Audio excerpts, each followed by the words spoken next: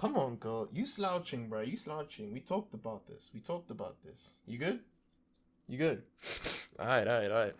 You like robots? You like robots? Let's talk about some robots. So there's a little anime I've been watching. It's called Darling in the Franxx. It's pretty good. It's a good show. So the premise of the show is that there's this guy called Hero, aka Code 016, who wants to pilot a robot, but in order to pilot a robot, he has to partner with this girl who gives him dino AIDS. Literal dinosaur AIDS. So it's a good show. There's nothing wrong with the show. Like, don't get it twisted.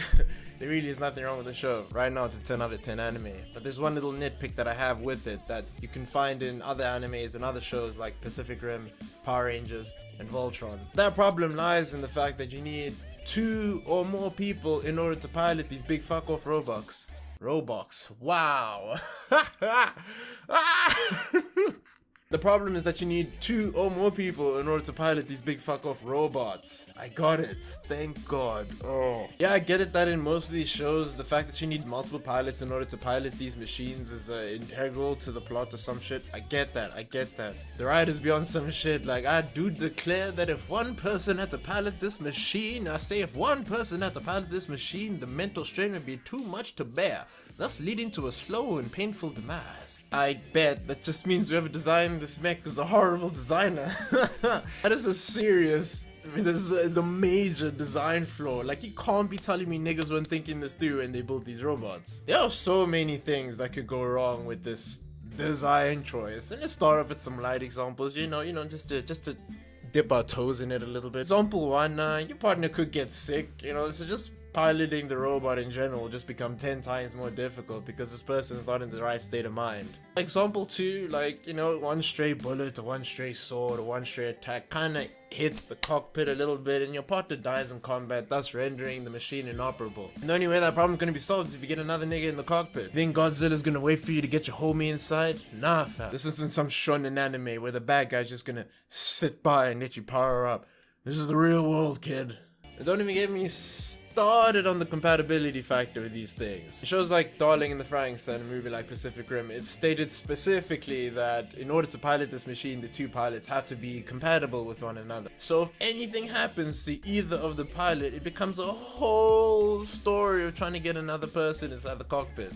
Think of the costs, the downtime, the compatibility test, making sure that you and this other person are in sync. I'm not trying to find my soulmate during a war, fam. Nah. Like, what if the enemy knew how you piloted these mechs? Like, what if they knew? Shit, I don't even have to kill you in the fight. All I need to do is kill one nigga. I'm gonna be on my Black Ops shit, man. I'm gonna be on my covert op shit, infiltrating the HQ, sneaking in, poisoning the homies on some Russia shit, and I'm out. Probably thinking that Gami raised that we should only have just one person inside the mech, only one person in the cockpit piloting this thing. Fuck no. Y'all seen how niggas die in Gundam?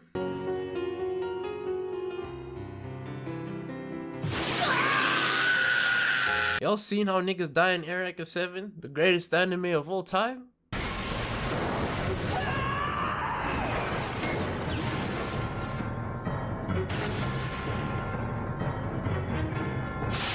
And mechs in general, they're just a problem, man. It's not viable. It's not a viable form of combat. Like, the idea is cool and everything, but but if you had to ask Gami how to get this shit done, shit, I say get them shits on a Wi-Fi link, on some neural connection link.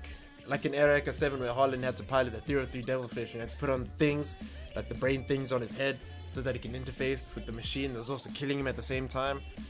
I'm saying you take that technology, put it in the back of HQ with a cozy chair, a box of Xanax, and a 2-liter of Coke, and shit, you fixed mech anime. I'm pretty sure there are shows that work like that. They have to be. If they aren't, wow, I just gave someone an idea for free.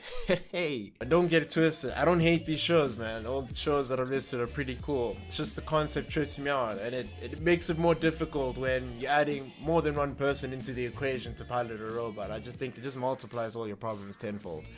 That's just me. I'ma tag out and pass the question on to you. How do you like your mechs piloted? Are you a solo kind of gal? Are you a duos kind of boy? Or do you prefer the Gami Wi-Fi Neuralink special? Let me know down below. That's me for the day. Thank you for spending these precious moments with me. I feel as though our relationship has grown over the course of the video. Don't forget to finesse that like button on your way out. Subscribe if you're new. Ring that bell notification because YouTube be on some shit. And most importantly, never ever grow up. So until next time, we'll chill.